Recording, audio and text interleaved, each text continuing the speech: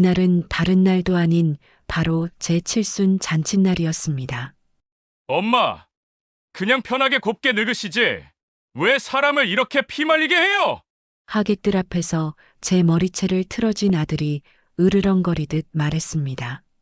하지만 정말 제 심장을 얼어붙게 만든 건 그 우악스러운 손길이 아니었습니다. 세상 그 누구보다 착하고 순했던, 제가 아는 한 벌레 한 마리도 함부로 죽이지 못했던 제 아들이, 바로 그 아들의 눈이 저를 원수처럼 노려보고 있다는 사실이었습니다. 그때는 미처 알지 못했습니다. 그날 아들이 잡아챈 제 머리채 한 올 한 올이 제 남은 인생 전부를 송두리째 바꿔놓을 거대한 폭풍의 시작이었다는 것을 말입니다.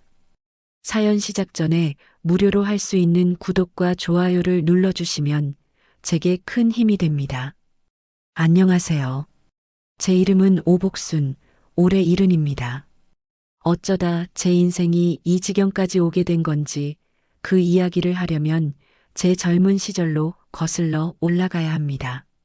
사람들은 저를 보고 자수성가한 여장부, 성공한 건물주라고들 하지만 제 인생을 한마디로 줄이면 그저 우리 애들 엄마였습니다.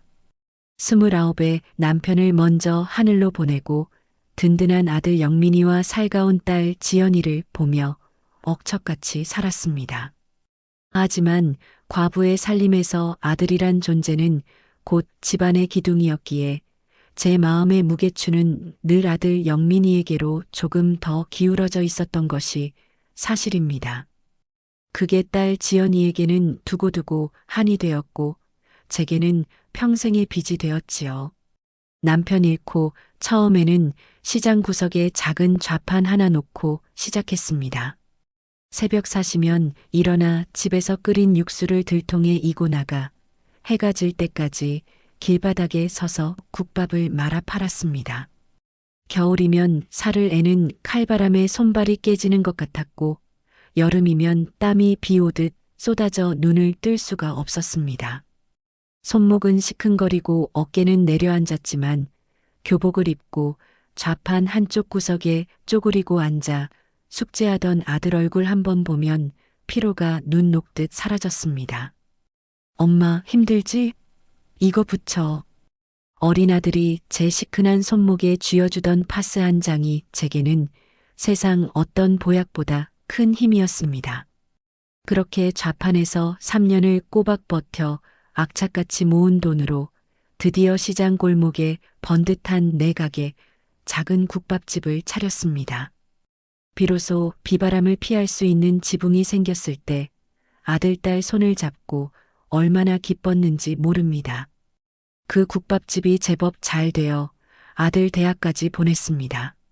졸업 후 번듯한 회사에 취직한 아들이 첫 월급 받았다며 내민 빨간 내복을 받아들었을 땐 좁은 가게 골방에서 혼자 얼마나 울었는지 모릅니다. 우리 아들 장하다. 이 오복순이 인생 헛살지 않았다. 그것이 제 평생의 자부심이자 유일한 훈장이었습니다. 그렇게 제 인생은 드디어 보상받는 듯 했습니다. 하나뿐인 아들 영민이가 제 눈에 보석 같은 며느리 최서희를 데려왔을 때 저는 세상을 다 얻은 것 같았습니다. 명절에도 제사에도 실은 내색 한 번 없이 늘 제 곁을 지켜주는 며느리가 어찌나 예쁜지 그날도 그랬습니다. 어머님 진지 드세요. 오늘 어머님이 제일 좋아하시는 갈비찜 해왔어요. 싹싹한 며느리 서희가 제 앞에 따뜻한 밥그릇을 놓으며 살갑게 말했습니다. 아이고 서희야. 너도 회사 일 하려면 피곤할 텐데 언제 이런 걸 다 했어. 그냥 와도 되는데. 피곤하긴요. 어머님 생각하면 힘이 불끈 솟는걸요. 그렇죠 여보. 서희가 곁에 앉은 아들에게 눈을 찡긋하자 아들이 환하게 웃으며 제 어깨를 주물렀습니다. 그럼요 엄마. 서희가 엄마한테 잘하는 거 보면 내가 다 고맙다니까. 우리 마누라 칭찬 좀 많이 해줘. 오냐 오냐. 내 복이지. 우리 며느리 같은 보물이 어디 있다고. 손주 녀석들이 제 무릎에 매달려 재롱을 부리고 아들 내외가 웃음꽃을 피우는 풍경. 남편 없이 살아온 모진 세월의 서름이 한순간에 다 보상받는 기분이었습니다. 저는 이 행복이 영원할 것이라고 바위처럼 단단할 것이라 믿었습니다. 식사를 마치고 거실에 둘러앉아 과일을 깎아먹고 있을 때였습니다. 창밖으로 제가 평생 모은 돈으로 마련한 3층짜리 상가 건물이 보였습니다. 국밥집으로 시작해 이제는 월세만으로도 노후 걱정은 없는 제 피와 땀의 결정체였지요. 어머님, 저 상가 볼 때마다 제가 다 든든해요. 저기서 나오는 월세만 해도 와, 정말 대단하세요. 서희가 부러움이 가득한 목소리로 말하는 걸 들으며 저는 흐뭇하게 미소 지었습니다. 대단하긴. 너희들 고생 안 시키려고 젊을 때 좀 열심히 산 것뿐이지. 제가 무심코 대답하며 사과 한 조각을 건네는 바로 그 순간이었습니다. 저는 보고야 말았습니다. 제 상가 건물을 빤히 바라보는 며느리의 눈빛을.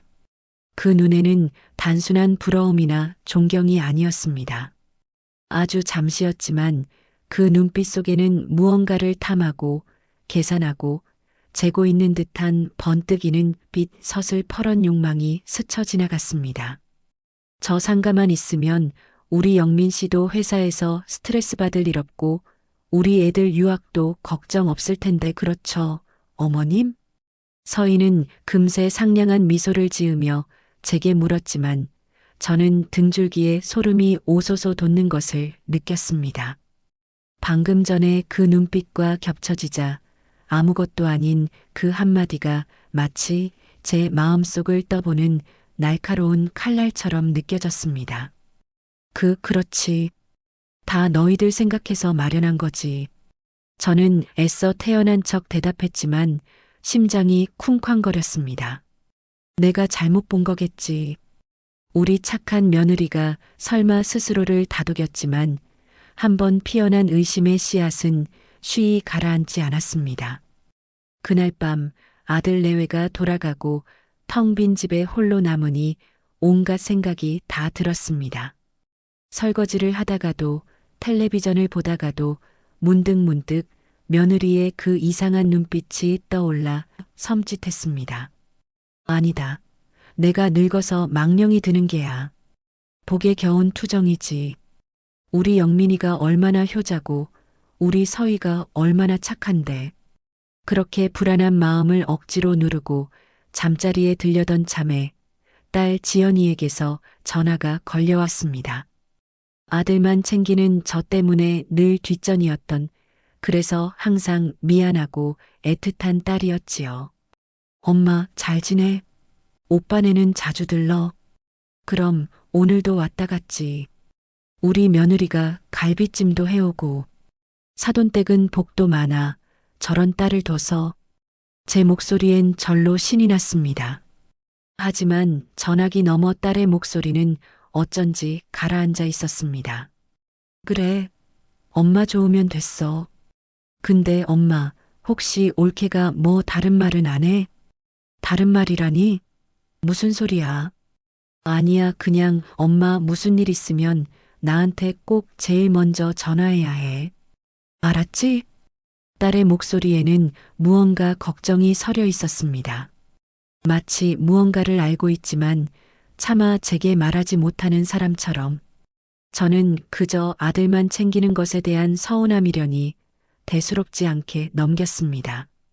알았다, 이년아. 너나 잘 살아.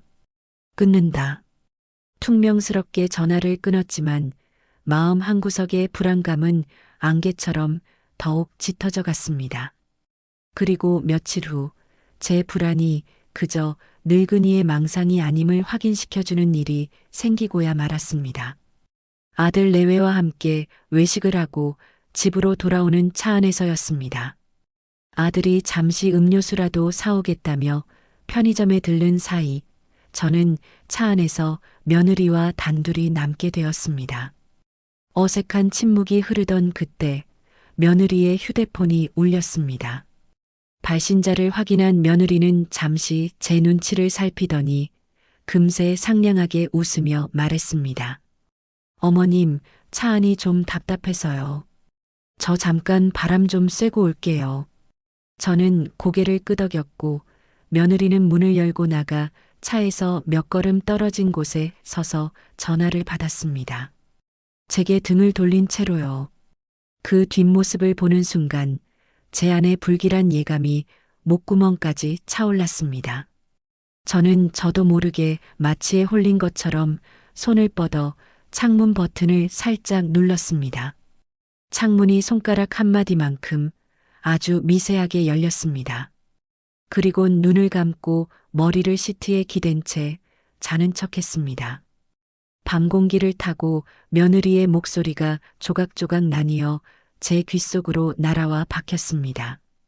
처음에는 웅얼거리는 소리만 들렸지만 며느리의 감정이 격해지는지 목소리가 조금씩 커졌습니다. 아니, 아직 생각보다 쉽지가 않네. 그 노인네가 보통 깐깐한 게 아니야. 노인네? 그 한마디가 찬송고처럼 제 귀를 후벼 팠습니다. 심장이 쿵 하고 바닥으로 떨어지는 것 같았습니다. 방금 전까지 어머님 하며 제 팔짱을 끼고 제잘거리던 그 목소리가 아니었습니다. 차갑고 날카롭고 경멸이 가득 섞인 목소리. 바람 소리에 몇 마디가 뭉개지더니 다시 날카로운 단어들이 들려왔습니다. 당연히 아들 앞세워서 압박해야지. 자기 아들 일이라면 끔뻑 죽으니까. 제 머릿속이 새하얘졌습니다. 아들을 앞세워 압박한다는 말이 메아리처럼 뇌리를 맴돌았습니다. 그때 결정적인 한마디가 제 심장을 관통했습니다. 응, 걱정 마. 칠순 잔치 때까지는 어떻게든 마무리 지어야지. 그때가 마지막 기회일 거야. 더 이상 들을 필요도 없었습니다. 저는 조용히 창문을 닫고 눈을 떴습니다. 구슬린다, 압박한다, 칠순 잔치, 마지막 기회 바람에 실려온 단어의 파편들이 제 머릿속에서 끔찍한 그림으로 완성되고 있었습니다. 바로 그때 며느리가 통화를 끊고 돌아서서 차로 다가왔습니다. 언제 그랬냐는 듯 다시 천사 같은 얼굴로 차 문을 열고 들어오며 제게 물었습니다. 어머님, 잠깐 조셨나 봐요. 피곤하시죠? 저는 아무 말도 할 수 없었습니다. 그저 웃고 있는 며느리의 얼굴과 그 입에서 방금 전 흘러나왔던 노인네라는 단어를 번갈아 떠올리며 속으로 피눈물을 삼킬 뿐이었습니다. 그 서늘했던 눈빛, 의미심장했던 딸의 걱정, 그리고 방금 제 귀로 직접 확인한 이 통화 내용까지 모든 조각들이 맞춰지며 제 아들을 방패 삼아 제 전 재산을 노리는 끔찍한 진실의 윤곽이 선명하게 드러나고 있었습니다. 어머님, 왜 그러세요? 안색이 안 좋으세요. 통화를 끄는 며느리가 언제 그랬냐는 듯 다시 천사 같은 얼굴로 저를 보며 물었습니다. 그 뻔뻔한 얼굴을 보니 속에서 천불이 났지만 저는 떨리는 목소리를 감추고 간신히 입을 열었습니다. 아니다. 차에 오래 앉아 있었더니 속이 좀 안 좋구나. 그 순간 제 인생을 지탱해온 자부심의 기둥이 거대한 망치로 얻어맞은 듯 쩌렁쩌렁 울리며 금이 가기 시작했습니다. 하지만 그때까지도 저는 필사적으로 한 가닥 희망을 붙잡고 있었습니다. 이건 며느리 혼자 꾸미는 일일 거야. 내 아들 영민이가 이 어미를 배신할 리는 없어. 내 아들만큼은 절대 그것이 모든 비극을 키운 저의 가장 크고 어리석은 착각이었습니다. 그날 밤 저는 뜬 눈으로 밤을 꼬박 새웠습니다. 아들 내외가 돌아간 뒤 텅 빈 거실에 홀로 앉아 몇 시간 전 며느리가 차 밖에서 나누던 통화 내용을 수없이 되뇌었습니다. 그 노인네, 아들 앞세워서 압박, 칠순 잔치, 마지막 기회. 바람 소리에 섞여 희미하게 들려왔던 그 단어들은 어둠 속에서 오히려 괴물처럼 선명해져 제 심장을 갉아먹었습니다. 아니다. 내가 잘못 들었을 것이다. 나이 들면 귀도 어두워진다는데 스스로를 위로하려 애썼지만 며느리의 그 서늘했던 눈빛과 제 상가 건물을 보며 했던 말들이 떠오르자 그 모든 것이 하나의 끔찍한 그림으로 맞춰졌습니다. 저는 덜덜 떨리는 손으로 거실 장식장 위에 놓인 가족 사진을 들어 올렸습니다. 활짝 웃고 있는 아들 영민이, 그 옆에 수줍게 서 있는 며느리 서희, 그리고 그들을 흐뭇하게 바라보는 제 모습. 이 사진을 찍은 게 불과 1년 전인데 사진 속의 행복이 마치 수십 년은 된 일처럼 아득하게 느껴졌습니다. 저는 사진 속 아들의 얼굴을 손가락으로 쓸어보았습니다. 영민아, 내 아들아. 너는 아니지? 너는 이 어미를 배신할 리가 없지? 그 모든 건 저 아이 혼자 꾸미는 짓이겠지? 밤새도록 묻고 또 물었지만 사진 속 아들은 그저 웃고만 있을 뿐이었습니다. 며칠이 지났습니다. 저는 애써 아무 일도 없었던 것처럼 행동했습니다. 며느리의 통화 내용은 내 가슴속 깊은 곳에 묻어두기로 했습니다. 섣불리 아들에게 말했다가는 늙은 어미가 착한 며느리를 의심한다며 되레 역정을 낼지도 모른다는 두려움이 더 컸기 때문입니다. 하지만 한번 피어난 의심은 독버섯처럼 제 마음속에서 무섭게 자라났습니다. 그 후로 며느리의 모든 행동, 모든 말이 예사롭게 보이지 않았습니다. 제 어깨를 주무르는 손길에서는 제 재산을 가늠하는 듯한 탐욕이, 어머님하고 부르는 목소리에서는 노인네라고 내뱉던 경멸이 느껴지는 것만 같아 소름이 끼쳤습니다. 주말을 앞둔 어느 날 저는 평소처럼 아들에게 전화를 걸었습니다. 이번 주말에는 다 같이 모여 만두나 빚어 먹자고 할 참이었습니다. 늘 제 전화를 받으면 엄마하며 아이처럼 말하던 아들이었는데 그날따라 목소리가 조금 달랐습니다. 네, 엄마. 무슨 일이세요? 짧고 사무적인 말투. 마치 회사 부하 직원에게 말하는 듯한 그 목소리에 심장이 덜컥 내려앉았습니다. 아들, 이번 주말에 다 같이 안 올래? 만두 빚어 먹게. 아, 이번 주는 좀 바쁜데요. 서희도 요즘 계속 피곤해하고 다음 주로 미루면 안 될까요? 늘 주말이면 무슨 약속이 있어도 엄마 보러 가는 게 최우선이라던 아들이었습니다. 저는 서운한 마음을 감추고 애써 밝게 말했습니다. 그래, 우리 며느리가 피곤하다면 쉬어야지. 알았다, 아들. 그럼 푹 쉬어. 전화를 끊고 나서 한참 동안 수화기를 내려놓지 못했습니다. 겨우 며칠 사이에 아들의 목소리가, 말투가 변했습니다. 제가 예민해진 탓일까요? 아니면 며느리의 압박이라는 것이 이미 시작된 것일까요? 그리고 그 다음 주말 아들 내외가 집에 왔습니다. 그런데 분위기가 이상했습니다. 며느리는 소파 끝에 힘없이 앉아 말이 없었고 아들은 그런 며느리의 눈치를 살피며 안절부절 못하고 있었습니다. 새아가 어디 아픈 게냐? 안색이 안 좋아 보이네.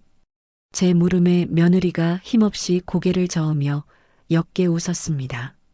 아니에요, 어머님. 괜찮아요. 그냥 요즘 좀 신경 쓸 일이 있어서요.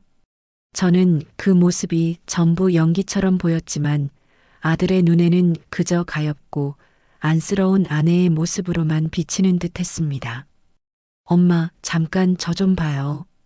과일을 내오려고 부엌으로 들어서는 제 뒤를 아들이 따라 들어왔습니다. 그리고는 조심스럽게 입을 열었습니다. 그 한마디가 제 가슴에 첫 번째 비수를 꽂을 줄은 꿈에도 모른 채 말입니다. 엄마, 서희한테 재산 얘기나 돈 얘기 좀 그만하시면 안 돼요? 뭐? 저는 제 귀를 의심했습니다. 너무나 황당해서 말이 나오지 않았습니다. 내가 언제 새아가한테 돈 얘기를 했다고 그래. 엄마는 그냥 하시는 말씀이겠지만 듣는 사람은 아니에요. 자꾸 저상가며 월세며 말씀하시니까 서희가 눈치 보고 힘들어 하잖아요. 자기가 꼭 돈 때문에 엄마한테 잘하는 것처럼 보일까봐 밤에 잠도 못 자고 속상해 한다고요. 아, 세상에. 저는 하늘이 노래지는 것을 느꼈습니다. 노인네가 깐깐하다던 며느리의 말이 이런 뜻이었을까요? 제 평생의 자부심이자 땀의 결실인 저상가 건물이 이제는 제가 며느리를 핍박하는 무기가 되어 있었습니다. 저 교활한 것이 제 아들에게 얼마나 눈물로 호소를 했으면, 얼마나 가증스러운 연기를 했으면 제 아들이 저런 말을 제게 할 수 있을까요? 영민아, 너 지금 그게 무슨 소리야? 이 엄마가 평생 너 하나 보고 어떻게 살았는데 내가 겨우 그깟 돈 때문에 내 며느리 눈치를 줬다는 말이냐? 목소리가 절로 떨려 나왔습니다. 억울하고 분해서 눈물이 핑 돌았습니다. 엄마, 왜 또 그렇게만 들으세요? 제 말은 그런 뜻이 아니잖아요. 그냥 서희가 워낙 여리고 착해서 상처를 잘 받으니까 엄마가 조금만 더 조심해달라는 뜻이죠. 제 아내고 우리 애들 엄마인데 제가 옆에서 보기 안쓰러워서 그래요. 아들의 말투에는 짜증이 섞여 있었습니다. 저에 대한 원망과 아내에 대한 안쓰러움이 뒤섞인 제가 평생 한 번도 들어본 적 없는 차가운 음성이었습니다. 그 순간 부엌 문틈으로 며느리의 모습이 보였습니다. 어느새 소파에서 일어나 이쪽을 바라보던 며느리는 우리 대화를 들었는지 금세 눈가가 빨개져서는 고개를 푹 숙였습니다. 그리고는 아들이 들을 만큼의 목소리로 작게 속삭였습니다. 여보, 아니야. 어머님은 그런 뜻이 아니셨을 거야. 제가 괜히 예민해서 그래요. 제가 죄송해요, 어머님. 그 새빨간 거짓 눈물. 아들의 마음을 완전히 돌아서게 만든 결정적인 한 방이었습니다. 그 모습을 본 아들은 제게 더는 할 말 없다는 듯 한숨을 푹 내쉬고는 거실로 나가 며느리의 어깨를 감싸 안았습니다. 당신이 왜 죄송해? 내가 미안하지. 다정하게 아내를 위로하는 아들의 뒷모습을 보며 저는 온몸의 힘이 쭉 빠져 싱크대 앞에 주저앉고 말았습니다. 저 완벽한 연기 앞에 수십 년 쌓아온 어미와 자식 간의 믿음은 너무나도 허무하게 무너져 내리고 있었습니다. 아들은 더 이상 제 편이 아니었습니다. 제 아들의 눈은 이미 며느리의 거짓 눈물에 가려져 진실을 볼 수 없게 되어버린 것입니다. 그날 아들 내외는 이내 서둘러 집을 나섰습니다. 현관문을 닫고 돌아선 저는 한참을 그 자리에 서 있었습니다. 집 안가득했던 온기는 순식간에 사라지고 싸늘한 정막만이 저를 짓눌렀습니다. 거실 장식장의 가족 사진이 눈에 들어왔습니다. 저는 사진을 들어 액자 유리에 비친 제 얼굴을 보았습니다. 억울함과 배신감으로 일그러진 늙은 어미의 얼굴. 오복순, 정신 차려라. 이제 시작일 뿐이야. 저는 사진을 내려놓고 차갑게 식은 손으로 제 두 뺨을 힘껏 때렸습니다. 눈물이 쏟아졌지만 이는 슬픔의 눈물이 아니었습니다. 제 평생을 바쳐 키운 아들을 저 교활한 여우 같은 것에게서 되찾기 위한 혹은 빼앗기기 위한 기나긴 싸움이 시작되었음을 알리는 분노와 결의의 눈물이었습니다.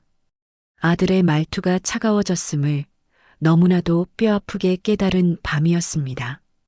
아들이 제게 퍼부었던 그 차가운 말들은 독가시가 되어 제 심장에 깊숙이 박혔습니다. 그날 이후 우리 모자 사이에는 보이지 않는 두꺼운 유리벽이 생긴 것만 같았습니다. 아들은 더 이상 주말에 찾아오지 않았습니다. 전화를 걸어도 용건만 간단히 말하고 끊기 일쑤였고 그나마도 며칠에 한 번 별일 없으시죠? 하고 묻는 게 전부였습니다. 그 목소리에는 어떠한 온기도 남아있지 않았습니다. 마치 매달 꼬박꼬박 내야 하는 공과금 고지서처럼 의무감만 묻어나는 싸늘한 안부였습니다. 며느리는 더욱 가관이었습니다. 이제는 제게 전화 한 통 먼저 하는 법이 없었습니다.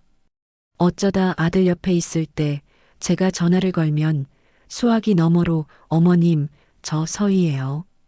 우리 민준이 민지 할머니 보고 싶대요 하며 살갑게 구는 목소리가 들려왔지만 그 목소리 끝에 매달린 가식의 무게가 느껴져 구역질이 날 것 같았습니다.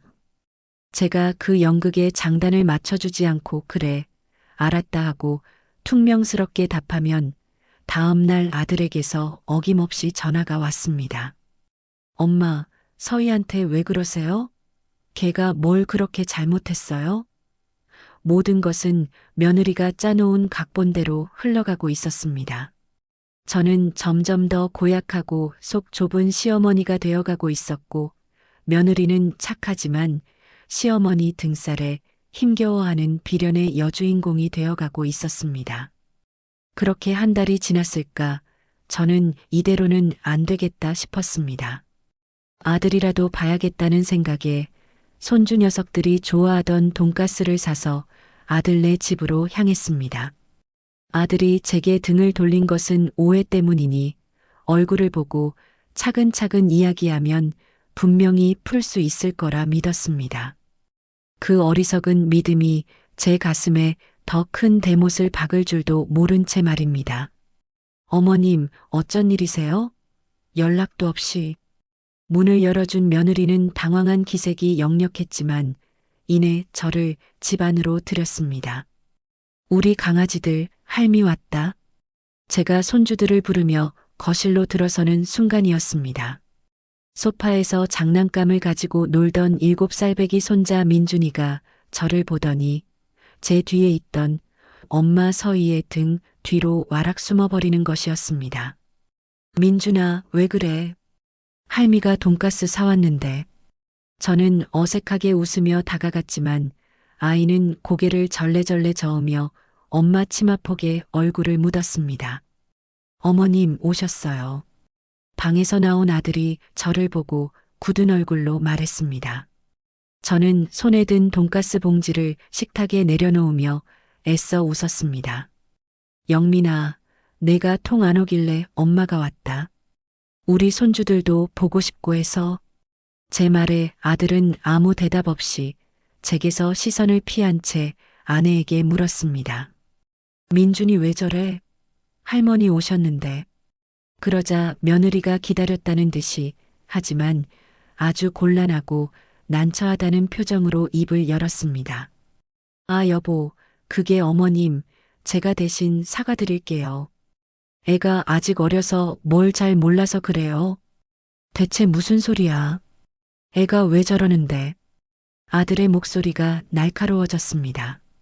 며느리는 금방이라도 울 것처럼 눈시울을 붉히며 제 눈치를 힐끔 보고는 입을 뗐습니다. 지난번에 어머님이 애들한테 너희 엄마는 도둑년이라고 하셨다면서요. 뭐라고? 저는 제 귀를 의심했습니다. 세상에, 도둑년? 내가 내 손주들한테? 너무나 기가 막혀서 헛웃음조차 나오지 않았습니다. 최서희, 너 지금 무슨 말을 하는 거야? 내가 언제? 제가 경악하여 소리치자 며느리는 어깨를 움츠리며 아들 뒤로 한 걸음 물러섰습니다. 그 모습에 완전히 이성을 잃은 아들이 버럭 제게 고함을 질렀습니다. 엄마, 아들이었습니다. 제 아들 영민이가 태어나서 처음으로 제게 언성을 높였습니다. 핏대가 선 아들의 목과 저를 원수처럼 노려보는 그 눈빛 앞에서 저는 숨을 쉴 수가 없었습니다. 어떻게 애들한테까지 그러실 수가 있어요? 서희가 마음에 안 드는 건 알겠는데 어떻게 순진한 애들한테 그런 끔찍한 말을 하실 수가 있냐고요. 엄마가 정말 이럴 줄은 몰랐습니다. 아니다, 영민아. 난 그런 말 한 적 없어. 저게 다 거짓말하는 거야. 제가 울부짖으며 변명했지만 아들의 귀에는 들리지 않았습니다. 엄마 치마 뒤에 숨어 겁먹은 눈으로 저를 쳐다보는 아들과 그 옆에서 소리 없이 눈물만 뚝뚝 흘리고 있는 아내의 모습이 아들의 모든 판단력을 마비시킨 것입니다. 아들은 부들부들 떨리는 손으로 저를 가리켰습니다. 됐습니다. 더 이상 듣고 싶지 않아요. 당분간 저희 집에 오지 마세요. 애들이 뭘 보고 배우겠습니까? 제발, 제발 좀 가만히 계세요. 그 말을 끝으로 아들은 아이를 안고 방으로 들어가 버렸습니다. 쾅 하고 닫히는 문소리가 마치 사형 선고처럼 제 심장에 울렸습니다. 거실에는 저와 회심의 미소를 감추지 못하고 있는 며느리 단둘만이 남았습니다. 저는 아무 말도 하지 못하고 넋이 나간 사람처럼 한참을 그 자리에 서 있다가 비틀거리며 집을 나섰습니다. 손에 들고 있던 돈가스 봉지는 어느새 식탁 위에 처량하게 놓여 있었습니다. 하늘이 무너진다는 게 이런 기분일까요? 온몸에 힘이 풀려 아파트 벤치에 주저앉았습니다. 눈물조차 나오지 않았습니다. 제 아들이, 제 평생의 자부심이었던 아들이 저를 아이들에게 몹쓸 말을 하는 괴물로 보고 있었습니다. 며느리의 저 악랄하고 치밀한 거짓말에 저는 속수무책으로 당하고만 것입니다. 하지만 제가 그렇게 절망의 구렁텅이에서 허우적거리고 있을 때 제 며느리가 사는 바로 그 아파트 단지 안에서 저를 구원할 복수의 칼날이 조용히 벼려지고 있었다는 사실을 그때의 저는 꿈에도 몰랐습니다. 이 모든 것은 한참의 시간이 흐른 뒤 모든 것이 끝나고 나서야 제 오랜 친구 김정숙에게 직접 눈물로 전해 듣고 알게 된 이야기입니다. 제게는 30년 지기 친구 김정숙이 있습니다. 제가 아들 내외를 몇 번이나 소개시켜 주어 며느리 얼굴도 익히 아는 사이였지요. 정숙이는 몇 해 전 자식들 가까이 사는 게 좋다며 마침 제 아들네가 사는 바로 그 아파트 단지로 이사를 갔습니다. 정숙이의 말에 따르면 그날 저녁 정숙이는 분리수거를 하러 나갔다가 저만치 떨어진 구석에서 제 며느리가 누군가와 날카롭게 통화하는 모습을 보았다고 합니다. 주변에 사람이 없는 것을 확인하고 통화에 열중하는 모습이 어딘가 수상해 자기도 모르게 발걸음을 멈추고 지켜보게 되었다고 합니다. 그러니까 완전히 먹혔다니까? 이제 그 인간은 자기 엄마를 거의 정신병자 취급해. 내가 옆에서 눈물 몇 번 흘려주니까 애가 아주 녹더라고. 정숙이는 순간 자기 귀를 의심했다고 합니다. 늘 제 앞에서는 싹싹하게 굴던 제 며느리의 입에서 나온 말이라고는 믿을 수가 없어서요. 너무나 다른 목소리에 소름이 돋아 정숙이는 분리수거장 기둥 뒤에 몸을 숨기고 계속해서 엿듣게 되었다고 합니다. 이번엔 애들까지 동원했지. 할머니가 자기 엄마더러 도둑년이라고 했다더라. 한마디 하니까 게임 끝. 이제 저 상가 건물명에 넘겨받는 건 시간 문제야. 칠순 잔치 때 아주 끝장을 내버릴 거야. 그 노인네 피눈물 흘리게 만들어줄게. 걱정 마, 엄마. 내가 다 알아서 한다니까. 정숙이는 그 자리에서 입을 떡 벌렸다고 합니다. 제 아들 영민이가 장가 잘 갔다고 며느리 참 착하다고 입이 닳도록 칭찬하던 제 얼굴이 떠올라 가슴이 철렁했다고 했습니다. 저게 저렇게 독한 년이었나. 내 친구 복순이 저 불쌍한 걸 어쩌면 좋아. 정숙이는 며느리가 통화를 끊고 건물로 들어가는 것을 확인한 뒤 분노에 찬 얼굴로 집으로 돌아왔다고 합니다. 이건 그냥 넘어갈 일이 아니었습니다. 친구로서 절대로 용서할 수 없는 일이었습니다. 두고 보자, 최서희. 내 꼬리가 얼마나 긴지 내가 똑똑히 지켜볼 테니. 그날 밤 정숙이는 그렇게 결심했다고 합니다. 물론 그날의 저는 그 모든 사실을 까맣게 모른 채 그저 차가운 벤치에 앉아 무너진 하늘만 하염없이 바라보고 있었습니다. 제 며느리가 사는 아파트 단지 안에 저를 구할 복수의 화신이 따리를 틀고 있다는 사실은 상상조차 하지 못한 채 말입니다. 아들 내외의 집에서 쫓겨나듯 나온 그날, 저는 넋이 나간 사람처럼 아파트 단지를 헤맸습니다. 발걸음은 천근만근 무거웠고 아들네 집의 그 차가움의 무게가 제 어깨를 짓누르는 것 같았습니다. 집으로 돌아와 현관문을 열었지만 저를 반기는 것은 칠흑 같은 어둠과 뼛속까지 시린 정적뿐이었습니다. 엄마가 정말 이럴 줄은 몰랐습니다. 아들이 내뱉은 비수 같은 말이 귓가에 끊임없이 맴돌았습니다.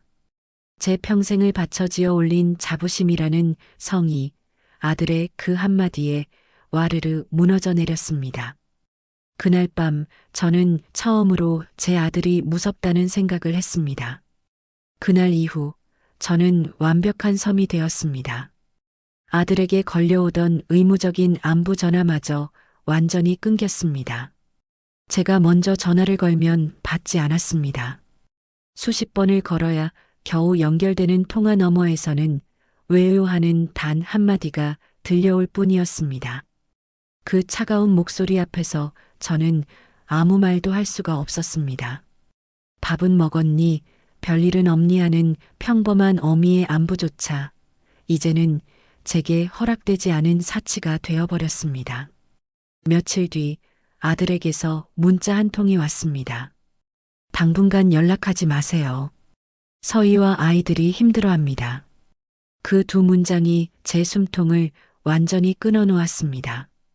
저는 그 문자를 보고 또 보다가 결국 휴대폰을 손에 쥔 채 거실 바닥에 주저앉아 통곡했습니다. 내 아들이, 내 손으로 밥을 떠먹여 키운 아들이 나를, 아내와 아이들을 힘들게 하는 존재로 낙인 찍어버렸습니다.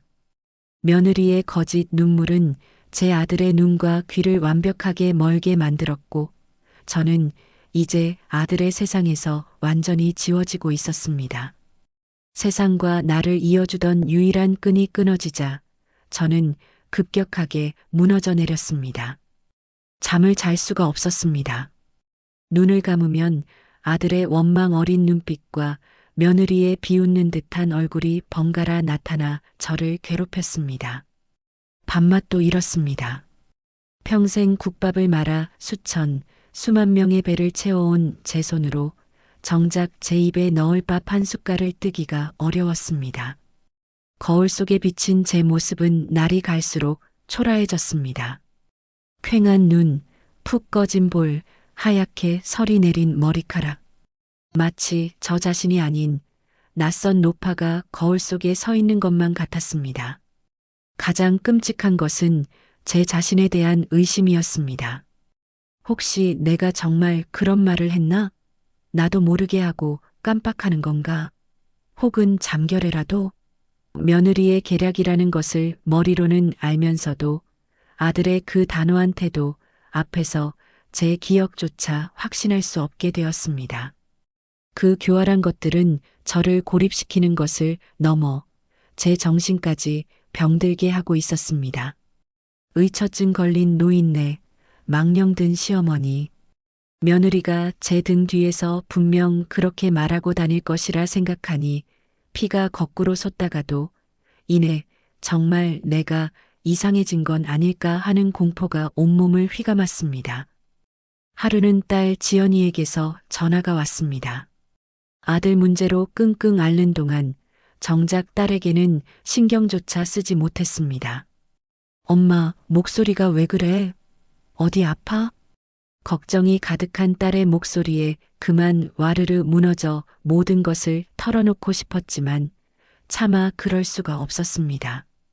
아들만 편애했던 어미로서 그 아들에게 버림받았다는 사실을 제 입으로 고백하는 것은 죽기보다 더한 치욕이었습니다. 아니다. 그냥 환절기라 감기 기운이 좀 있구나. 별일 아니야. 거짓말 마. 목소리가 다 잠겼잖아. 영민이 오빠랑 무슨 일 있지? 그렇지? 딸은 끈질기게 물었지만 저는 끝까지 아무 일 없다며 거짓말을 하고 서둘러 전화를 끊었습니다. 저를 진심으로 걱정하는 유일한 사람마저 제 손으로 밀어내고 저는 스스로를 더 깊은 어둠 속으로 가두고 말았습니다. 저는 사람들을 피하기 시작했습니다. 엘리베이터에서 이웃들을 마주치면 고개를 숙였고 제 아파트 단지 상가에 가는 것조차 꺼려졌습니다. 모두가 제 사정을 알고 뒤에서 수군거리는 것만 같았습니다.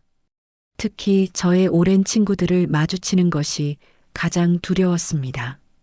그들은 몇 번이나 저희 집 초인종을 누르고 전화를 걸었지만 저는 없는 척, 아픈 척하며 그 누구와도 만나지 않았습니다. 하지만 제가 그렇게 스스로를 유폐하고 절망의 늪에서 허우적거리는 동안 제 며느리가 사는 바로 그 아파트 단지 안에서 저를 구하기 위해 남몰래 움직이는 사람이 있었다는 것을요. 제 30년 지기 친구 김정숙이었습니다. 처음 며느리의 통화를 엿듣고 그 악랄한 실체를 알게 된 정숙이는 며칠 내내 제 걱정에 잠을 설쳤다고 합니다. 제게 전화를 걸었지만 제가 받지 않고 다른 친구들을 통해 제가 사람들을 피해 다닌다는 소식을 듣고는 이건 보통 일이 아니다라고 확신했다고 합니다. 그날 이후 정숙이는 작정하고 자기 아파트 단지 내에서 며느리의 뒤를 살피기 시작했습니다. 어느 평일 오전 제 친구 정숙이는 일부러 시간을 맞춰 며느리네 동앞 벤치에 앉아 스마트폰을 보는 척했습니다. 잠시 후 예상대로 며느리가 아이들을 유치원 차에 태워보내고는 익숙하게 휴대폰을 꺼내 들고 단지 안쪽의 한적한 산책로로 향했습니다. 정숙이는 몰래 며느리를 지켜보았습니다. 그리고는 즉시 스마트폰을 꺼내 녹음 앱을 켠 뒤 화면을 끈 채 손에 쥐고 조용히 그 뒤를 따랐다고 합니다. 나무 뒤에 몸을 숨긴 채로요. 엄마, 나야. 응, 아주 순조로워. 그 인간, 이제 완전히 내 손바닥 안에 있어. 자기 엄마가 망령이라도 들었다고 믿는 눈치야. 첫 통화 때보다 훨씬 더 자신감 넘치고 오만한 목소리가 제 친구 정숙이의 스마트폰으로 고스란히 녹음되기 시작했습니다. 응, 이제 어머님 전화는 아예 받지도 말라고 했어. 그 노인네, 지금쯤 혼자 방구석에서 피 말라 죽어가고 있을걸? 꼴 좋지 뭐. 아들 하나 믿고 평생 유세 떨더니. 낄낄거리는 웃음소리까지 선명하게 담겼습니다. 정숙이는 분노로 온몸이 부들부들 떨렸지만 녹음이 끊길까봐 숨소리조차 죽였다고 합니다. 걱정 마. 제일 중요한 디데이 계획도 다 세워놨어. 칠순 잔칫날 모든 하객들 앞에서 아주 망신을 톡톡히 줘서 다시는 재산의 제자도 못 꺼내게 만들 거야. 그리고 그 자리에서 영민 씨가 직접 상속 관련 서류에 도장 찍게 만들 거라고. 변호사 공증까지 완벽하게 준비해놨으니까 이제 그냥 게임 끝이야. 그 상가는 이제 우리 거라고. 거기까지 듣자 정숙이는 모든 것을 손에 넣었다고 확신했습니다. 이건 단순한 고부 갈등이 아니었습니다. 한 사람의 인생을 송두리째 파괴하려는 치밀하게 계획된 사기 범죄였습니다. 며느리가 통화를 끊고 자리를 뜨자 정숙이는 나무 뒤에서 나와 떨리는 손으로 녹음 파일을 저장했다고 합니다. 그리고 나중에 딸에게 부탁해 다른 곳에도 저장해 두는 치밀함까지 보였다고 합니다. 이제 그 누구도 이 증거를 없앨 수 없었습니다. 집으로 돌아오는 친구 정숙이의 발걸음에는 더 이상 망설임이 없었습니다. 그저 친구를 구해야 한다는 굳은 결심과 저 악랄한 것들에게 천벌을 내리게 하겠다는 차가운 분노만이 가득했습니다. 이제 반격의 무기는 준비되었습니다. 그 시각 저는 텅 빈 거실 소파에 웅크리고 앉아 달력을 보고 있었습니다. 어느새 칠순 잔칫날이 코앞으로 다가와 있었습니다. 한때는 내 인생의 가장 빛나는 날이 될 거라 믿었던 그날. 하지만 이제 제게 그날은 아들에게서 마지막 사형 선고를 받게 될 처형일처럼 느껴질 뿐이었습니다. 하지만 제가 모르는 사이 저를 둘러싼 운명의 판도는 이미 뒤집혀 있었습니다. 고립된 섬에는 거대한 폭풍을 몰고 올 구원의 바람이 불기 시작하고 있었습니다. 아들과의 연락은 완전히 끊긴 지 오래였습니다. 저는 매일 밤 달아빠진 수첩 속 아들의 번호를 수십 번도 더 들여다보며 휴대폰을 들었다 놓았습니다. 전화를 걸어 영민아, 다 오해다. 이 어미 말 좀 믿어다오 울며 매달리고 싶었지만 이내 당분간 연락하지 마세요. 서희와 아이들이 힘들어합니다. 라는 아들의 싸늘한 문자가 눈앞에 어른거려 차마 통화 버튼을 누르지 못했습니다. 저는 며느리가 쳐놓은 거대한 거미줄에 걸린 나비처럼 발버둥 칠수록 더욱 옴짝달싹할 수 없는 신세가 되었습니다. 며느리는 이제 대놓고 저를 없는 사람 취급했습니다. 칠순 잔치 준비는 모두 며느리 손에서 이루어졌습니다. 어디서 하는지, 손님은 몇 명이나 부르는지, 심지어 제가 입을 한복은 어떤 색깔인지 저는 그 어떤 것도 알 수 없었습니다. 마치 제 잔치가 아니라 며느리 자신의 무슨 기념 파티라도 되는 것처럼 말입니다. 어쩌다 딸 지연이를 통해 잔치 장소가 시내의 한 호텔 연회장이라는 것만 겨우 전해 들었을 뿐입니다. 그 말을 듣는 순간 저는 심장이 철렁 내려앉았습니다. 평생 국밥을 팔아모은 돈으로 자식들 입에 풀칠하며 살아온 제가 그런 호화로운 곳에서 잔치를 연다니요. 사람들은 제 아들 내외가 효심이 지극하다고 칭찬하겠지만 저는 그 화려함 뒤에 숨겨진 며느리의 검은 속내를 알기에 등골이 서늘해질 뿐이었습니다. 그것은 저를 위한 축하의 자리가 아니라 제 재산을 탐하기 위한 과시의 무대였습니다. 엄마, 정말 이대로 괜찮겠어? 오빠랑 올케 뭔가 단단히 꾸미고 있는 것 같단 말이야. 이럴 때일수록 엄마가 정신 바짝 차려야 해. 내가 오빠한테 전화해서 따끔하게 한마디 할까?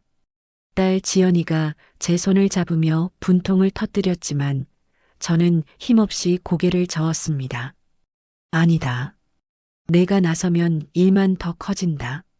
그리고 그래도 내 오빠인데 잔칫날이 되면 하객들 앞에서 이 어미 얼굴에 먹칠은 하지 않겠지.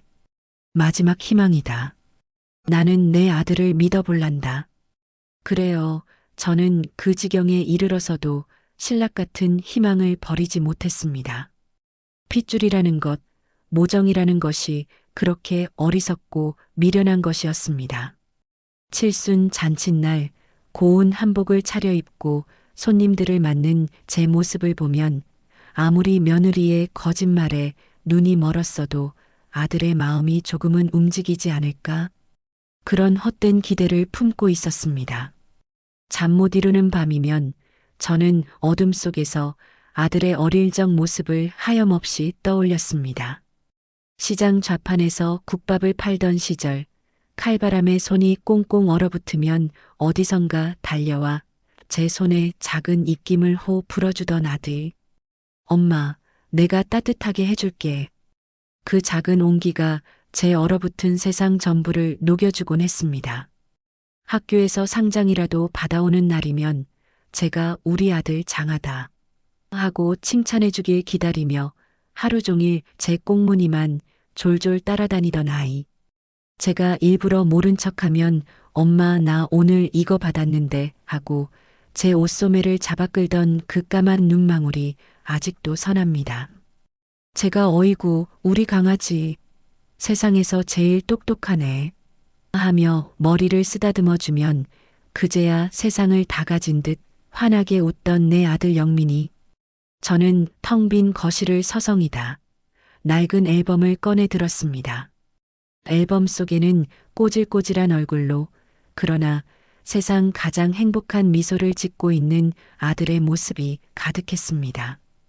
제 등 뒤에 매미처럼 찰싹 달라붙어 잠든 모습, 제가 끓여준 국밥 한 그릇을 깨 눈 감추듯 먹어치우는 모습, 첫 월급을 타서 사온 빨간 내복을 제게 건네며 쑥스러워 어쩔 줄 몰라 하던 청년의 모습까지. 저는 떨리는 손으로 사진 속 아들의 얼굴을 쓸어보았습니다. 영민아, 내 아들아, 너는 이런 아이였잖니. 이 어미가 세상에서 제일 좋다고, 어미 웃는 모습이 제일 예쁘다고 말해주던 그런 아들이었잖니. 대체 어디서부터 잘못된 걸까? 우리가 왜 이렇게 된 걸까? 사진 위로 뜨거운 눈물이 뚝뚝 떨어졌습니다. 이 앨범 속의 아들과 지금의 아들은 과연 같은 사람일까요? 그저 세월이 흐른 것뿐인데 왜 우리는 이렇게 멀어져 버린 걸까요? 그것이 얼마나 끔찍한 착각이었는지는 잔칫날이 되어서야 깨닫게 되었지만요. 하지만 제가 그렇게 과거의 추억에 젖어 피눈물을 흘리는 동안 저를 구할 복수의 칼날은 차갑고 냉정하게 벼려지고 있었습니다. 이 모든 것은 나중에야 제 친구 김정숙에게 전해 듣고 알게 된 이야기입니다. 며느리의 두 번째 통화를 녹음해 결정적 증거를 손에 넣은 정숙이는 그것만으로는 부족하다고 생각했다고 합니다. 재산을 노린 범죄라는 것을 입증하려면 더 확실한 물증이 필요했기 때문입니다. 정숙이는 며느리의 동태를 살피기 위해 아들 내외가 사는 아파트의 부녀의 모임에 일부러 더 열심히 나갔다고 합니다. 잔치를 며칠 앞둔 어느 날 부녀의 총무가 서희 씨네가 이번에 인테리어 공사를 새로 싹 했던데 혹시 무슨 좋은 일 있어요? 하고 물었다고 합니다. 그러자 한 이웃이 어머, 모르셨어요? 서희 씨네 친정 부모님이 이번에 크게 사업을 확장하신대요. 그리고 시어머니 칠순 잔치도 최고급 호텔에서 한다잖아요. 하고 아는 척을 하더랍니다. 그 말을 듣는 순간 정숙이의 머릿속에서 모든 것이 맞춰졌다고 합니다. 친정 사업 확장 최고급 호텔 잔치, 이것은 모두 제 돈을 노리고 벌이는 쇼라는 것을요. 며느리는 이미 제 돈을 자기 돈처럼 여기고 주변에 떠벌리고 다녔던 것입니다. 그날 이후 정숙이는 언젠가 이 녹음 파일이 내 친구 복순이를 구할 결정적인 증거가 될 것이라 확신했다고 합니다. 하지만 섣불리 움직일 수는 없었습니다. 제가 아들 문제로 얼마나 속을 끓이는지, 그리고 얼마나 아들을 맹목적으로 믿고 싶어 하는지 누구보다 잘 알았기 때문입니다. 어설프게 나섰다가는 제가 오히려 며느리 편을 들며 증거를 없애려 할지도 모른다고, 혹은 충격으로 쓰러지실지도 모른다고 걱정했다고 합니다. 그래서 정숙이는 그저 조용히 가장 결정적인 순간을 기다리기로 마음먹었습니다. 제 친구 정숙이는 잔치에 입고 갈 가장 화려한 옷을 꺼내놓고 녹음 파일이 담긴 스마트폰을 몇 번이고 확인하며 결전의 날을 기다렸다고 합니다. 그 스마트폰에는 최서희 녹취라는 이름의 파일이 마치 장전된 총알처럼 조용히 그 순간을 기다리고 있었습니다.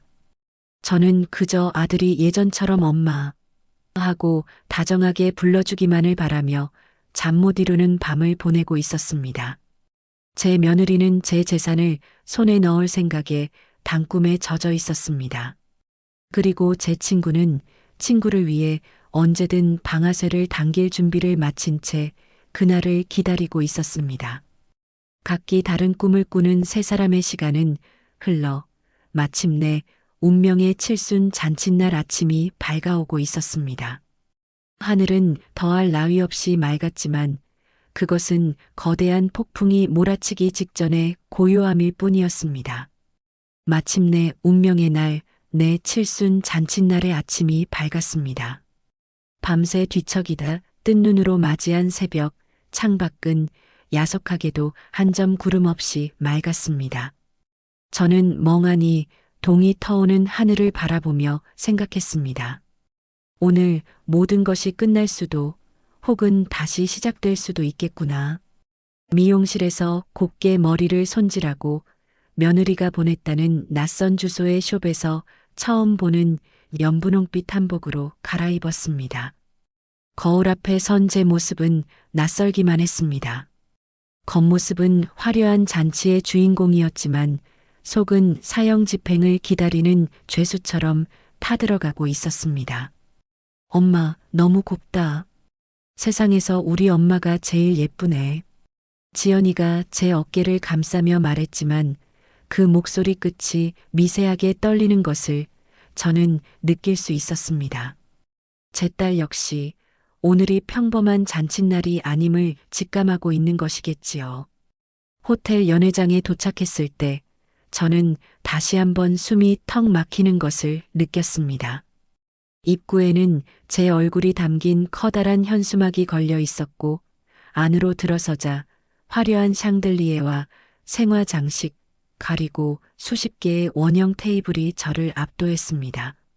마치 제 분수에 맞지 않는 남의 옷을 입은 것처럼 모든 것이 어색하고 불편했습니다. 어머님 오셨어요? 아이고, 정말 고우시다. 며느리 서희가 한껏 치장한 모습으로 달려와 제 팔짱을 꼈습니다. 아들 영민이도 그 뒤를 따랐지만 제 눈을 마주치지 못하고 어색하게 오셨어요. 엄마. 하고 짧게 인사할 뿐이었습니다. 아들의 얼굴은 그늘져 있었고 어딘가 불안하고 초조해 보였습니다. 저는 그 모습에서 일말의 희망을 보았습니다. 그래, 내 아들은 아직 양심의 가책을 느끼고 있는 게야. 아직 늦지 않았어. 하객들이 하나둘 도착하고 저는 아들 내외와 함께 입구에 서서 손님들을 맞았습니다. 아드님, 며느님이 효심이 지극하시네요. 복 많으십니다. 칭찬이 쏟아질 때마다 며느리는 과찬이세요. 저희가 어머님께 늘 받기만 하는걸요. 하며 겸손한 미소를 지었고 저는 그 옆에서 쓴 침을 삼키며 억지 미소를 지어야 했습니다. 제 오랜 친구 정숙이도 도착했습니다. 친구 정숙이는 화려한 옷차림으로 제게 다가와 손을 꽉 잡으며 속삭였습니다. 복순아, 오늘 무슨 일이 있어도 절대 기죽지 마. 고개 빳빳이 들고 있어. 알았지? 그 단단한 목소리와 힘있는 손길에 저는 저도 모르게 눈시울이 붉어졌습니다. 잔치가 시작되고 축하 동영상이라며 제 젊은 시절부터 국밥집에서 고생하던 모습, 그리고 아들 내외와 행복했던 순간들이 화면에 흘러나왔습니다. 아름다운 음악과 함께 편집된 영상은 저를 자식만을 위해 헌신한 위대한 어머니로 포장하고 있었습니다. 영상을 보는 내내 며느리는 제 옆에서 손수건으로 눈가를 훔치는 신용을 했고 그 모습을 본 하객들은 감동하여 박수를 보냈습니다. 하지만 저는 알 수 있었습니다. 이 모든 것은 저를 성인의 반열에 올려놓아 잠시 후 제가 어떤 반항도 할 수 없게 만들려는 교활한 장치라는 것을요.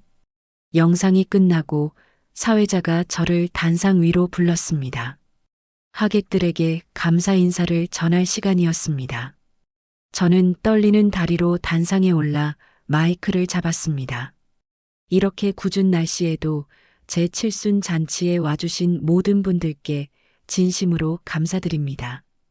목소리가 형편없이 떨려 나왔습니다. 저는 잠시 숨을 고르고 하객들 사이에 앉아 있는 아들을 바라보았습니다. 저는 남편 일찍 여의고 자식들 하나만 보고 억척같이 살았습니다. 오늘 이렇게 번듯하게 자라준 아들, 그리고 보석 같은 며느리와 손주들을 보니 이제 죽어도 여한이 없겠다는 생각이 듭니다. 부디 앞으로도 우리 영민이 잘 지켜봐 주시고. 제 말이 채 끝나기도 전에 며느리 서희가 갑자기 자리에서 일어나 단상으로 올라왔습니다. 그리고는 제 손에서 마이크를 부드럽게 빼앗아 들고는 하객들을 향해 깊이 허리를 숙였습니다. 여러분, 감사합니다. 저희 어머님이 오늘 많이 긴장하셨나 봅니다. 그러고는 눈물 젖은 목소리로 말을 이었습니다. 사실 오늘 이 자리는 저희 부부가 어머님께 평생의 빚을 갚기 위해 마련한 자리입니다. 저희 때문에 고생만 하신 어머님, 이제 저희가 편히 모시고 싶습니다. 연회장 곳곳에서 효심이 지극하네 하는 감탄과 함께 박수 소리가 터져 나왔습니다. 그럼 편하게들 많이 드세요. 며느리의 인사가 끝나자 며느리는 옆에 서 있던 저를 부축해 자리로 안내했습니다.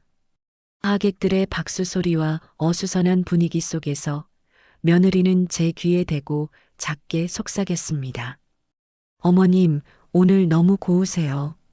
저희가 작은 선물을 준비했는데 잠깐 저쪽에서 확인만 해주시면 안 될까요?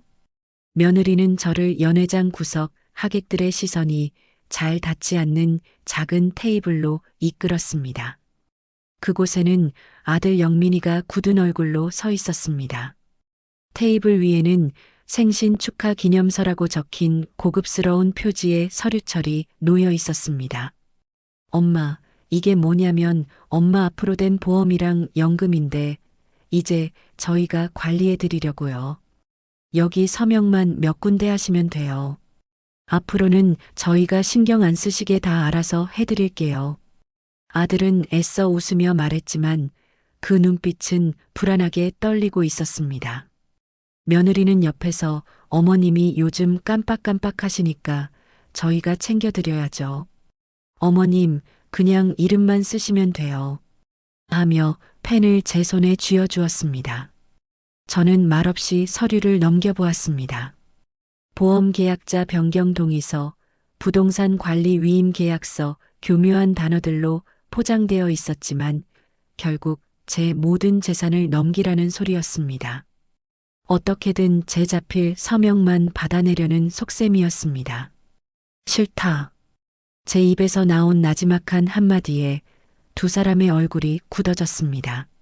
싫다고 했다. 이건 내 재산이야. 너희에게 이렇게 넘겨줄 수는 없어. 제가 단호하게 말하며 자리에서 일어서려 하자 며느리의 표정이 싹 변했습니다. 어머님, 지금 여기서 이러시면 저희가 뭐가 돼요? 사람들이 다 쳐다본다고요. 이게 어디서 소리야? 내 속셈을 내가 모를 줄 알고. 제가 목소리를 높이자 아들 영민이가 다급하게 제 팔을 붙잡았습니다. 엄마, 제발 좀 조용히 하세요. 남들이 들으면 어쩌려고 그래요. 이건 알아. 내 눈에는 저 여우 같은 년한테 속아서 내 어미 재산 거덜내려는 게 안 보이느냐. 실랑이가 커지자 주변 하객 몇몇이 이쪽을 쳐다보기 시작했습니다. 당황한 며느리가 갑자기 어머님, 왜 이러세요? 하고 절규하며 바닥에 주저앉았습니다. 여보, 나 무서워. 어머님이 이상해. 갑자기 저희한테 막 욕을 하세요. 며느리의 완벽한 연기에 아들은 완전히 이성을 잃었습니다. 엄마, 제발 그만 좀 하세요. 서희한테 왜 그러세요? 그리고 제 인생에서 가장 끔찍한 순간이 찾아왔습니다. 분노를 이기지 못한 아들이 저를 끌어내려는 듯 제 팔을 거칠게 잡아채는 순간 제가 뿌리치며 휘청이자 제 머리채를 거칠게 틀어진 것입니다. 아! 저는 비명과 함께 휘청였습니다. 세상이 빙글 돌았습니다. 제 평생의 자부심, 제 세상의 전부였던 아들의 손이 제 머리카락을 잔인하게 움켜쥐고 있었습니다. 하지만 정말 제 심장을 얼어붙게 만든 건 그 우악스러운 손길이 아니었습니다. 나라 이놈, 제발 정신 좀 차리세요. 우리가 뭘 더 어떻게 해야 만족하시겠어요. 세상 그 누구보다 착하고 순했던 벌레 한 마리도 함부로 죽이지 못했던 제 아들이 바로 그 아들의 눈이 저를 원수처럼 벌레처럼 노려보고 있다는 사실이었습니다. 그 순간 제 안에 무언가가 뚝 하고 끊어져 내렸습니다. 평생을 바쳐 쌓아 올린 모든 것이 한순간에 무너져 내리는 절망. 저는 그 자리에서 모든 것을 포기하고 싶었습니다. 하객들은 경악하여 입을 다물지 못했고 제 딸 지연이는 오빠 미쳤어? 하고 울부짖으며 달려왔습니다. 그리고 그 모든 아수라장의 한가운데서 바닥에 쓰러져 있던 며느리의 입가에 누구도 눈치채지 못한 희미한 미소가 걸려 있었습니다. 그녀의 계획대로 모든 것이 완벽하게 흘러가고 있었습니다. 저는 이제 아들의 머리채를 잡히게 만든 정신 나간 노망든 노파가 되어버린 것입니다. 절망의 가장 깊은 나락으로 저는 그렇게 떨어지고 있었습니다. 세상이 무너져 내리는 것 같았습니다. 제 머리채를 틀어진 아들의 손, 그 소나기의 힘보다 더 저를 고통스럽게 한 것은 저를 벌레 보듯 하는 아들의 그 차가운 눈빛이었습니다. 평생을 바쳐 키운 아들에게서 받는 멸시. 그것은 제 70평생을 송두리째 부정당하는 죽음보다 더한 고통이었습니다. 저는 그 자리에서 실신하듯 정신을 놓아버릴 것만 같았습니다. 이게 무슨 짓들이야? 그때였습니다. 얼어붙은 연회장의 정적을 깨고 천둥 같은 고함 소리가 터져 나왔습니다. 모든 사람의 시선이 소리가 나는 곳으로 향했습니다. 그곳에는 제 친구 정숙이가 당장이라도 무언가를 집어 던질 듯한 기세로 부들부들 떨며 서 있었습니다. 영민아, 너 지금 내 어미한테 무슨 짓을 하는 게냐? 내가 사람이냐? 친구 정숙이의 서슬 퍼런 일갈에 아들이 당황하여 제 머리채를 잡았던 손을 슬그머니 놓았습니다.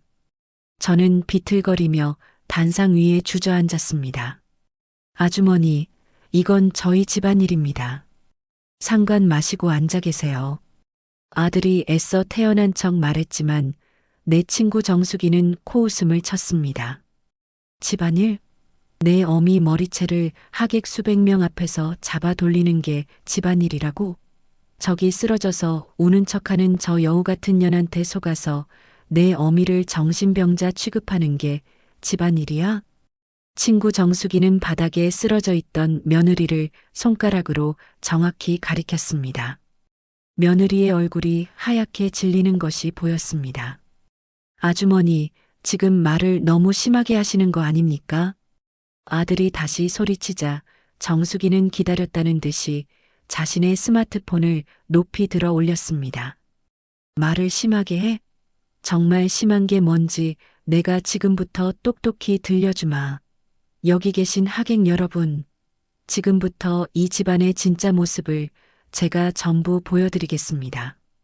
저 가증스러운 며느리가 제 친구 오복순의 등 뒤에서 무슨 짓을 하고 다녔는지 여러분의 귀로 직접 확인해 보십시오.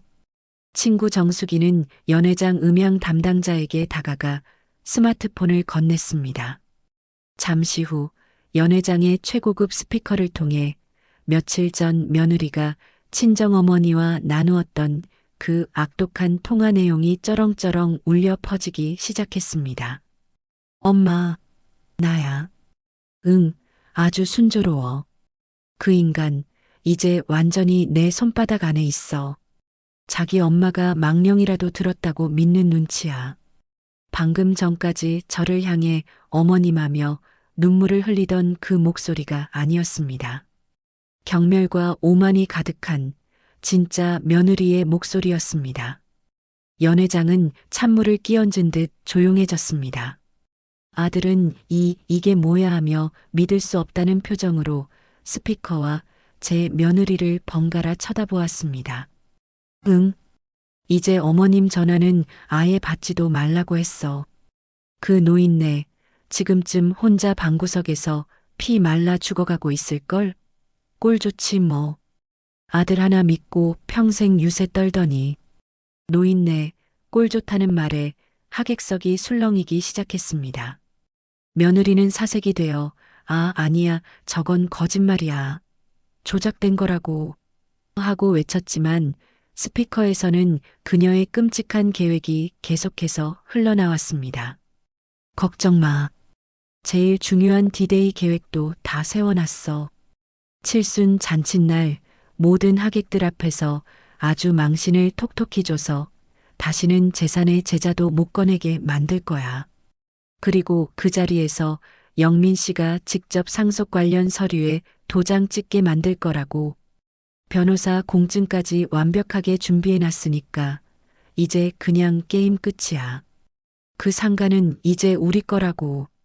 녹음 파일이 끝나자 연회장은 경악과 분노로 가득 찼습니다.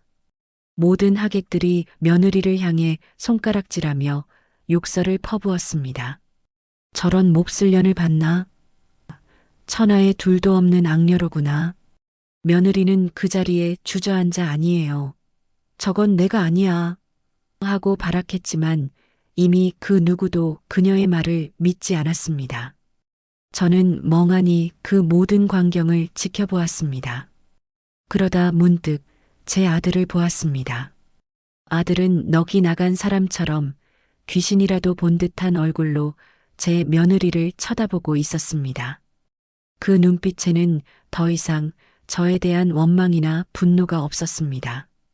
오직 충격과 혼란, 그리고 처절한 후회만이 가득했습니다. 자신이 사랑했던 아내의 진짜 모습, 그리고 자신이 그 아내에게 속아 제 어미에게 무슨 짓을 저질렀는지를 비로소 깨닫게 된 것입니다. 서서히야, 이게 다 사실이야? 아들이 떨리는 목소리로 묻자 며느리는 대답 대신 히스테릭하게 웃기 시작했습니다. 하하하 그래. 사실이다. 이 등신아. 내 엄마 재산이 탐나서 너랑 지금까지 살았고 내가 내 엄마보다 나를 더 믿는 등신인 걸 아니까 이용한 거다. 왜? 이제 와서 후회라도 되냐? 마지막 발악처럼 모든 것을 실토하는 며느리의 모습에 아들은 그 자리에 풀썩 주저앉고 말았습니다. 그때 제 딸 지연이가 제 곁으로 다가와 저를 부축해 일으켰습니다. 엄마, 이제 다 끝났어. 이제 저 인간들 얼굴 볼 필요 없어. 저는 지연이의 부축을 받으며 천천히 단상 아래로 내려왔습니다. 그리고는 무너져 내린 아들과 실성한 듯 웃고 있는 며느리 앞을 아무 말 없이 지나쳤습니다. 제 평생의 자부심이자 제 인생의 전부였던 아들. 하지만 그는 이제 더 이상 제 아들이 아니었습니다. 연회장을 빠져나오자 친구 정숙이가 저를 기다리고 있었습니다. 복순아, 괜찮아? 저는 아무 말 없이 친구 정숙이의 손을 잡았습니다. 그리고 제 인생 처음으로 아들이 아닌 다른 사람에게 의지하여 그곳을 벗어났습니다. 호텔 밖 공기는 차가웠지만 이상하게도 제 마음은 시원했습니다. 모든 것이 끝났다는 안도감이었을까요? 아니면 모든 것을 새로 시작할 수 있다는 희망이었을까요? 그날 저는 제 손으로 아들과의 인연을 끊었습니다. 아들의 배신이 만들어낸 지옥 같던 칠순 잔치는 그렇게 아수라장으로 끝이 났습니다. 제가 무슨 말을 했는지 아들이 무슨 말을 했는지도 기억나지 않습니다. 그저 저를 향해 쏟아지던 아들의 짐승 같은 눈빛, 그 눈빛에 짓밟혔던 제 마음만이 생생하게 아플 뿐입니다. 모든 진실이 폭로된 뒤 며느리의 앙칼진 비명과 아들의 절규가 연회장을 채웠지만 저는 이미 그 모든 소리를 들을 수 없었습니다. 오직 제 딸 지연이와 제게 세상의 전부가 되어준 친구 정숙이의 손을 잡고 그 지옥 같은 문을 나서는 것만이 제게 남은 유일한 일이었습니다. 호텔을 나서는 제 등 뒤로 며느리의 발악과 하객들의 웅성거림, 그리고 아들의 처절한 울음소리가 희미하게 들려왔지만 저는 단 한 번도 뒤돌아보지 않았습니다. 이미 제 마음속에서 아들과 며느리는 완벽하게 지워진 존재들이었기 때문입니다. 그날 밤 저는 70평생 겪어보지 못한 몸살을 앓았습니다. 온몸에 뼈마디가 쑤시고 머리가 깨질 듯 아팠습니다. 밥도 넘기기 힘들었고 물 한 모금조차 목을 타넘기가 어려웠습니다. 아마 제 몸이 지난 세월 제가 참고 견뎌왔던 모든 고통과 억울함을 한꺼번에 터뜨리고 있었던 것일지도 모른다는 생각을 했습니다. 잠을 청해도 소용이 없었습니다. 눈을 감을 때마다 꿈속에서 아들은 계속해서 제 머리채를 잡고 있었고, 저는 내가 뭘 잘못했니 울부짖다가 숨이 막혀 깨어나곤 했습니다. 그런 저를 곁에서 묵묵히 지켜준 건 딸 지연이었습니다. 제 손을 잡고 말없이 함께 울어주는 딸의 따뜻한 온기에 저는 겨우겨우 제정신을 차릴 수 있었습니다. 엄마, 다 잊어. 이제 다 끝났어. 내가 있잖아. 내가 엄마 옆에 꼭 붙어 있을게.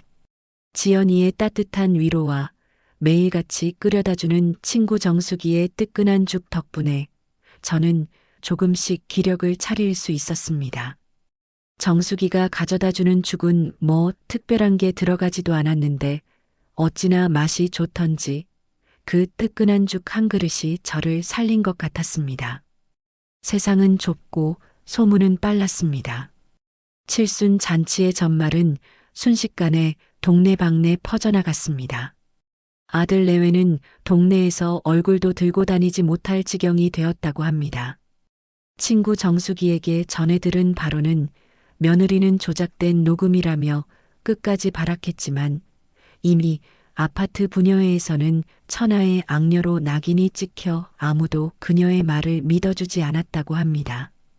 결국 며느리는 아이들을 데리고 친정으로 도망치듯 들어가 버렸고 한때 제 눈에 넣어 키워도 아프지 않을 것 같던 아들 영민이는 혼자 텅 빈 집에 남아 폐인처럼 지내고 있다는 소식이 들려왔습니다.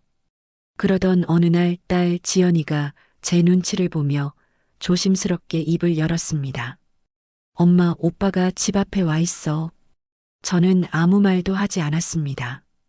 다만 제 가슴 속에서 차가운 얼음덩이가 굳어지는 느낌을 받았습니다. 들여보내지 마라. 보고 싶지 않다. 제 말에 지연이는 제 손을 붙잡고 애원하듯 말했습니다. 그래도 엄마 얼굴이라도 한번 보는 게 얼마나 후회하고 있을지 그 순간 저는 그동안 참아왔던 분노와 서러움이 다시 치밀어 올랐습니다. 그놈 얼굴, 칠순 잔칫날에 실컷 봤다. 사람의 탈을 쓴 짐승의 얼굴. 더는 보고 싶지도 기억하고 싶지도 않다. 제 단호한 말에 지연이는 더 이상 아무 말도 하지 못했습니다.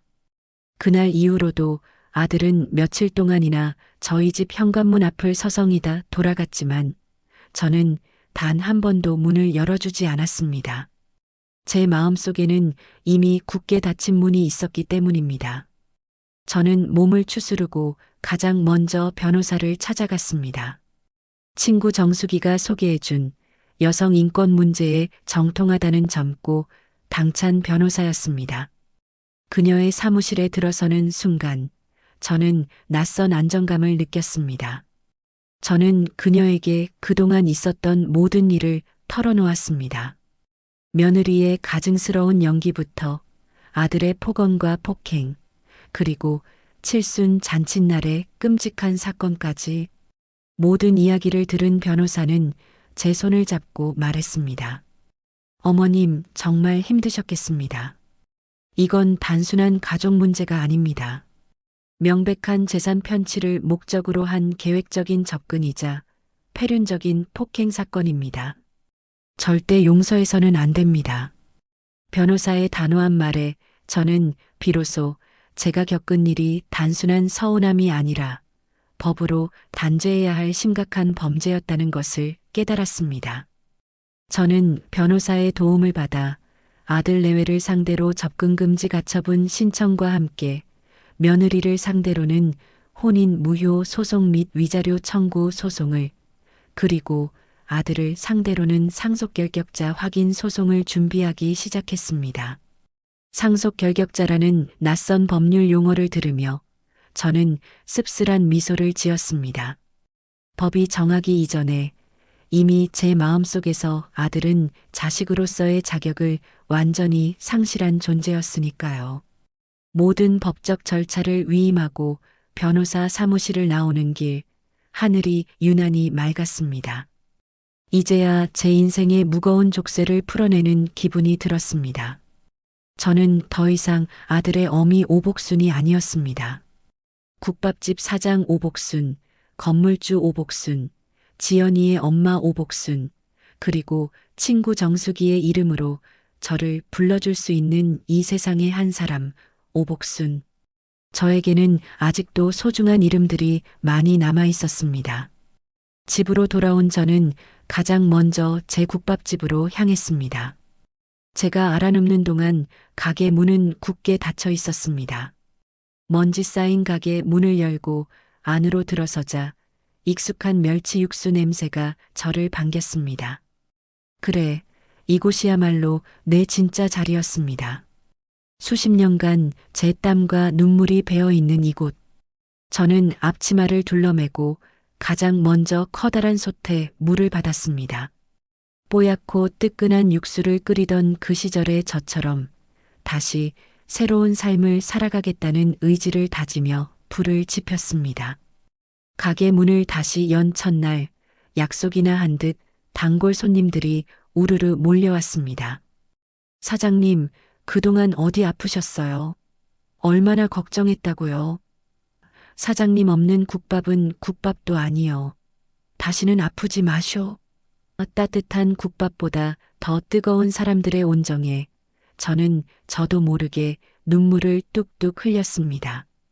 제 눈물을 본 한 손님이 아이고, 사장님 우신다. 사장님 울리면 국물 맛 짜져요. 하고 농담을 던졌고 가게 안은 금세 웃음바다가 되었습니다. 저는 그날 세상에서 가장 맛있는 국밥을 끓였습니다. 더 이상 누군가의 어미로서가 아닌 오롯이 오복순이라는 이름으로 저를 사랑해주고 기다려준 사람들을 위해 끓이는 국밥이었습니다. 70의 나이에 저는 비로소 제2의 인생을 시작하고 있었습니다. 무너진 성 위에서 저는 더 단단한 저만의 성을 다시 쌓아 올리기 시작한 것입니다. 오늘 들려드린 이야기는 눈먼 탐욕이 한 가족을 어떻게 파괴하고 진실의 힘이 어떻게 한 사람을 절망에서 구해내는지 보여주고 있습니다. 또한 가장 가까운 사람에게 받은 배신의 상처를 딛고 자신의 인생을 되찾는 용기에 관한 이야기이기도 합니다. 인생에는 후회의 순간이 있기 마련입니다. 아들 영민처럼 한순간의 잘못된 선택으로 평생을 후회할 실수를 저지를 수도, 며느리 서희처럼 끝없는 탐욕에 눈이 멀어 모든 것을 잃을 수도 있습니다. 하지만 중요한 것은 주인공 오복순 여사처럼 모든 것이 무너진 순간 우리가 어떤 선택을 하느냐입니다. 과거는 바꿀 수 없지만 미래는 우리의 손에 달려 있으니까요. 때로는 용서보다 더 큰 용기가 필요한 것이 있습니다. 바로 나 자신을 병들게 하는 관계를 끊어내고 오롯이 나를 위한 인생을 살아갈 용기입니다. 오늘 이야기가 여러분의 마음에 작은 울림과 위로가 되었기를 바랍니다. 만약 여러분이 주인공이었다면 어떤 선택을 하셨을까요? 여러분의 하루가 따뜻한 위로와 단단한 용기로 가득하길 바랍니다. 채널 구독과 좋아요도 잊지 말고 꼭 부탁드립니다.